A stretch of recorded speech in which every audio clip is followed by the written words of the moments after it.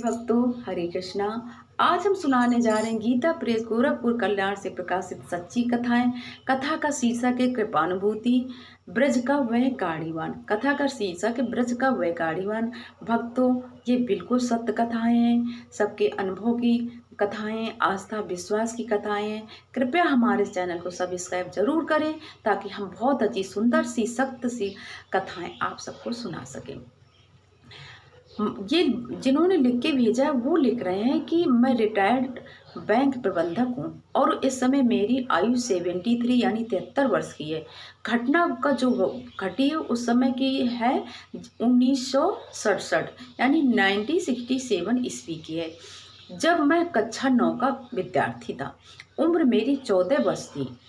सरकारी कॉलेज में हमारे हिंदी विषय के अध्यापक श्री शिव दत्त चतुर्वेदी जी थे, जिनको राष्ट्रीय पुरस्कार से सम्मानित किया गया था।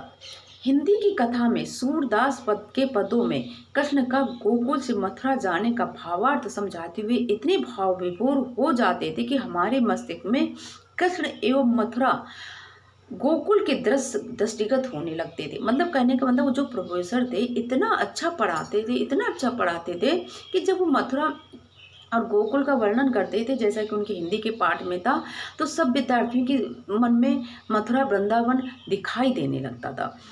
और उनका ये कह रहे हैं कि जिनका ये प्रभाव हुआ कि मेरे मन में भी भगवान कृष्ण के मथुरा गोकुल जाकर के दर्शन करने की इच्छा बाल मन में ही बलवती हो गई। शाम को घर आने पर मैंने बड़ों से पूछा कि मथुरा कहाँ है, अतः उन लोगों ने बताया कि यहाँ इटावा से 180 किलोमीटर दूर है। सीधी बस जाती है और किराया 3 रुपये सरकारी है उस समय। अब तो कृष्ण और उनका ब्रज ही मेरी आंखों के सामने घूमता रहता। किसी प्रकार उस वर्ष पढ़ाई मैंने पूरी की। मई में वार्षिक वृक्षाफल लेने के पश्चात मैंने अपने से 3 वर्ष बड़े भाई को साथ में मथुरा चलने हेतु राजी कर लिया। मान लीजिए वो 14 साल के थे, वो 17 साल के हुए, 3 वर्ष ही बड़े थे बस।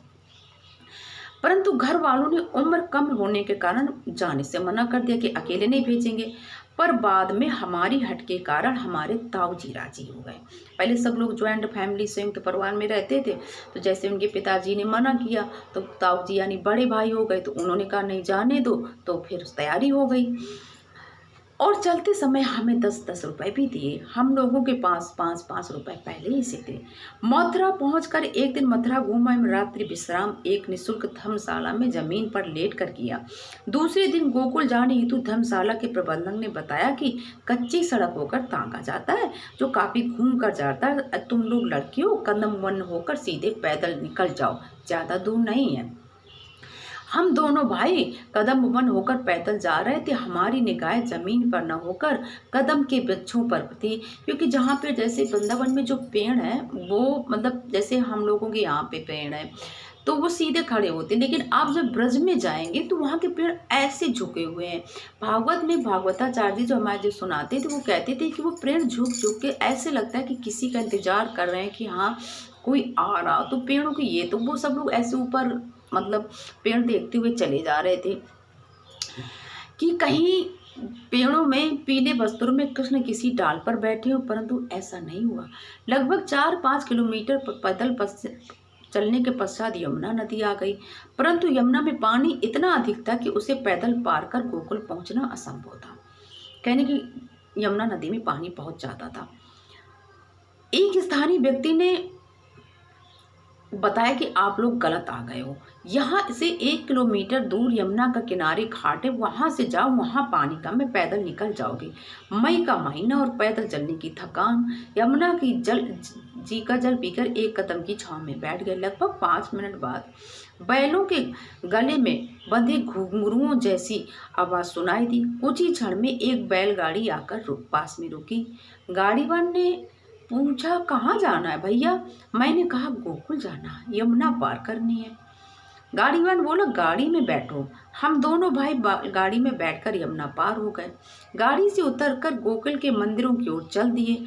आधा मिनट बाद मतलब जैसे ये लोग बैलगाड़ी से उतरे हैं तो आधा मिनट यानी 30 सेकेंड के बाद हमने पीछे मुड़कर देखा तो वहाँ कोई बैलगाड़ी नहीं थी। हम कृष्ण को कदम के वृक्षों में तलाश रहे थे, परंतु मिले यमुना किनारे गाड़ीवान के बेस में। हमारे प्राण विहल हो गए। किशोर आयु की वह अविस्मरणीय घटना थी जिसने हमारे जीवन की दिशा एवं दशा बदल दी, और मैं अभी भी आशान्वित हूँ कि पुनः कभी किसी वेश में दर्शन होंगे। राधे राधे। अब भक्तों, यहाँ पर कथा समझने की ये है कि कोई भी व्यक्ति है, जैसे बैलगाड़ी से उतरे, ये तो जमुना जी का किनारा, कोई शहर नहीं था है, और उसके कहते हैं कि हम थोड़ा बस आगे चले, 30 सेकंड होता कितना है। अब हमने पीछे मुड़कर देखा, अगर कोई भी ऐसी चीज़ होती, चलो बैलगाड़ी थी, हम तो वो जाए, तो इतनी जल्दी कैसे गायब हो सकती थी है।